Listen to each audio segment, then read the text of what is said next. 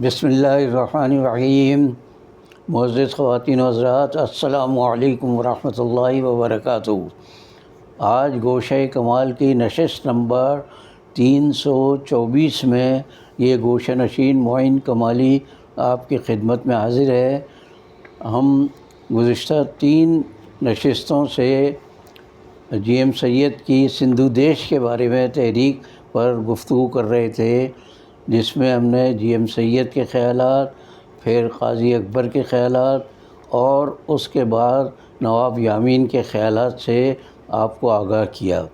ایک بار پھر یاد دلا دوں کہ یہ 52 سال پہلے کی تحریر ہے، جس وقت سندھو دیش کی تحریک نے زور پکڑنے کی کوشش کی، لیکن محب وطن سندھیوں، نئے سندھیوں اور پرانے سندھیوں کی وجہ سے، ان کے عزم کی وجہ سے، پاکستان سے محبت کی وجہ سے یہ تحریک کامیاب نہ ہو سکی، اور اللہ کے فضل و کرم سے ہمارا ملک پاکستان قائم و دائم ہے اور سندھ اس کا ایک بہت اہم حصہ ہے۔ آج ہم ایک اور شخصیت کے بارے میں گفتگو کریں گے جو اس زمانے کی سندھ مسلم لیگ کونسل کہلاتی تھی، یہ دولتانہ صاحب کی تھی یہ مسلم لیگ، تو اس کو مسلم لیگ کونسل کہا جاتا تھا۔ اس کے مقابلے میں ایوب خان کی جو تھی وہ مسلم لیگ کنونشن کہلاتی تھی۔ تو سندھ مسلم لیگ کونسل کے صدر حاجی نجم الدین سریوال حیدرآباد میں سول لائنس کے ایک بنگلے میں رہتے تھے اس زمانے میں، 52 سال پہلے جب میں نے یہ حیدرآباد جا کر انٹرویو کیا تھا۔ سفید قمیض شلوار اور سب سویٹر میں وہ ہم سے ملے تو انہوں نے سادگی کا ایک بھرپور تاثر ہم پر چھوڑا، اور جب ان سے مختلف مسائل پر گفتگو ہوئی تو سادگی کا یہ نقش اور بھی گہرا ہو گیا۔ نہایت شریف الطبع اور ملنسار انسان تھے یہ۔ جس وقت ہم حاجی نجم الدین سریوال کے بنگلے پر پہنچے، وہ retired air marshal Asghar Khan سے گفتگو میں مصروف تھے۔ ہم سے چند لمحے گفتگو کر کے ایئر مارشل تو اپنی تحریک استقلال کے کارکنوں سے تبادلہ خیال کرنے کے لیے اندر کمرے میں چلے گئے، اور ہم نے موقع غنیمت جان کر حاجی نجم الدین سریوال سے جی ایم سید کی تحریک کے سلسلے میں بات چیت شروع کر دی۔ جی ایم سید کی تحریک کے سندھ کے لوگوں پر اثرات کے بارے میں حاجی نجم الدین سریوال نے بتایا کہ ان کا اثر 1969 یعنی 1969 کے بعد تقریباً ختم ہو چکا تھا، لیکن چند ماہ کے بحران سے فائدہ اٹھا کر یہ لوگ ایک بار پھر ابھرے ہیں۔ سندھ کے عوام میں ان کا اب بھی کوئی قابل ذکر اثر نہیں ہے، البتہ طلباء میں ان کے اثرات بہت محسوس کیے جا رہے ہیں۔ خصوصاً سندھ یونیورسٹی کے طلباء میں آزاد سندھ دیش کی تحریک مقبول ہوتی جا رہی ہے۔ طلباء پر جی ایم سید کے اثرات کا سبب بیان کرتے ہوئے حاجی نجم الدین سریوال نے بتایا کہ جس زمانے میں جناب حسن علی عبدالرحمن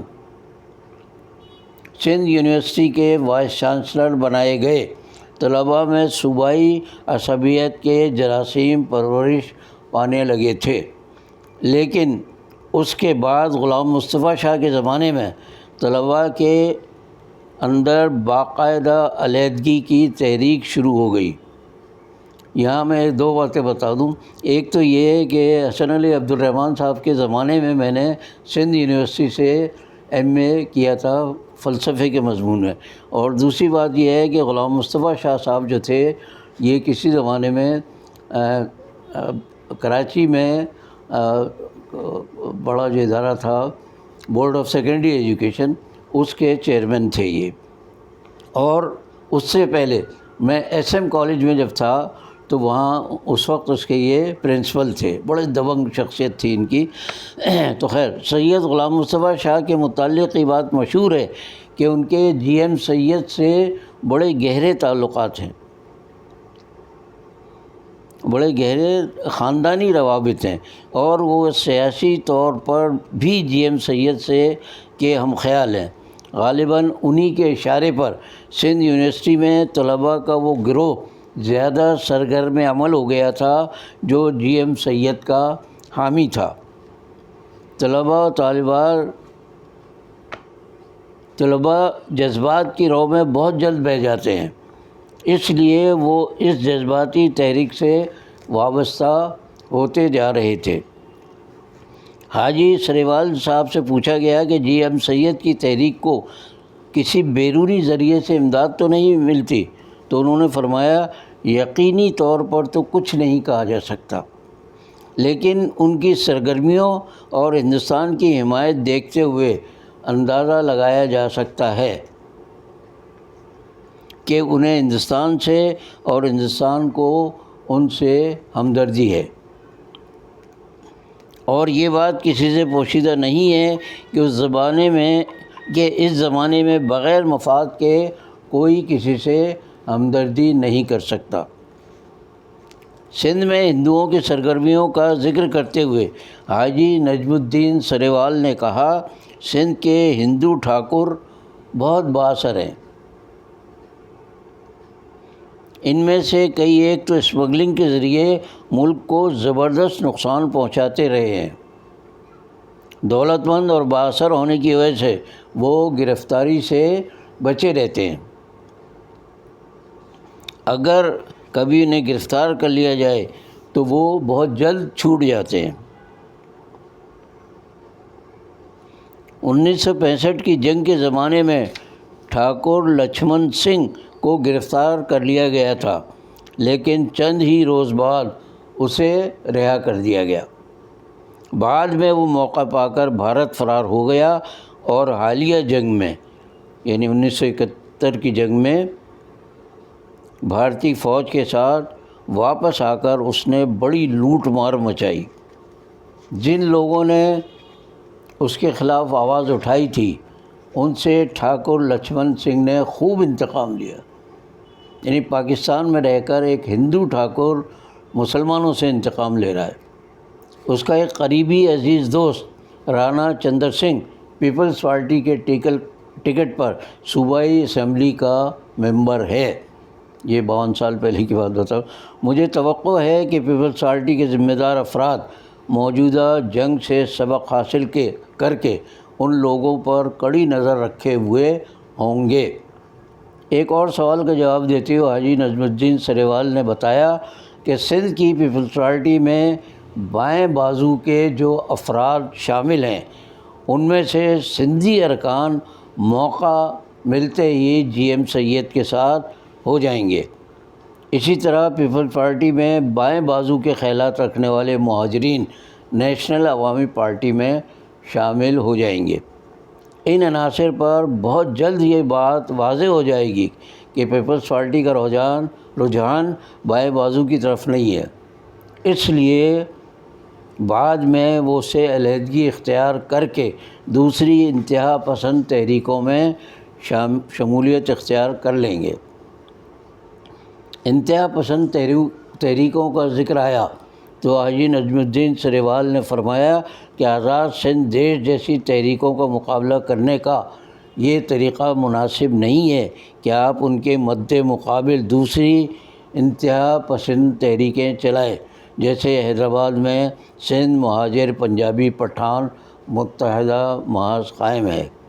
اس محاذ کے مقاصد بھی اپنے نام کی طرح الجھے ہوئے ہیں۔ محاذ قائم ہونے کے بعد سندھ کے سندھی اور مہاجر انتہا پسند دو قطعی مختلف گروہ میں تقسیم ہو گئے ہیں۔ بعد میں جب ایم کیو ایم بنی تو یہ تقسیم بہت زیادہ واضح ہو گئی تھی، جبکہ ضرورت اس بات کی ہے کہ نئے سندھیوں اور پرانے سندھیوں کے درمیان مفاہمت اور تعاون کی فضا پیدا کی جائے۔ ایسی فضا قائم کرنے میں اسی وقت کامیابی ہو سکتی ہے جب ہمارے ملک کی سیاست صحت مند جمہوری اصولوں پر کام کرنے لگے۔ بدقسمتی سے ماشاء اللہ کے مسلسل نفاذ نے بہت سے طبقات کو احساس محرومی میں مبتلا کر دیا ہے۔ اگر ہمارے یہاں بھی جمہوری اقدار کو فروغ حاصل ہو تو لوگ اس احساس محرومی سے نکل کر تعمیری بنیادوں پر سوچنے لگیں گے۔ دیکھیں موجودہ حکومت جمہوریت کے قیام میں کب اور کس حد تک کامیاب ہوتی ہے۔ یہ پیپلز پارٹی کے بارے میں انہوں نے 52 سال پہلے ہی بات کہی تھی۔ حاجی سریوال کے بنگلے سے باہر نکلتے ہوئے جی ایم سید کے متعلق میرے ذہن میں ہزاروں خیالات گردش کر رہے تھے، مگر بالآخر ممتاز قانون دان جناب اے کے بروئی کا یہ تاثر سب پر غالب آ گیا کہ جی ایم سید کی تحریک اور ان کے نظریات سے اتفاق ممکن نہیں، لیکن اس حقیقت کا اعتراف کرنا پڑے گا کہ وہ دوسرے بہت سے لیڈروں کی طرح منافقانہ رویے کے قائل نہیں ہیں، بلکہ وہ جس بات کو حق سمجھتے ہیں اسے ڈنکے کی چوٹ پر کہتے ہیں۔ ان کی فکر اور اظہار یا قول و عمل میں کوئی تضاد نہیں ملتا۔ بہرحال چندو دیش کی تحریک بھی اپنے انجام کو پہنچی اور انہیں کامیابی حاصل نہیں ہو سکی۔ ہم اس پر اللہ کا جتنا شکر ادا کریں کم ہے، اور مل جل کر کام کرنے کی کوشش کریں تاکہ ہم اپنے صوبے کو ترقی کی منازل پر گامزن کر سکیں۔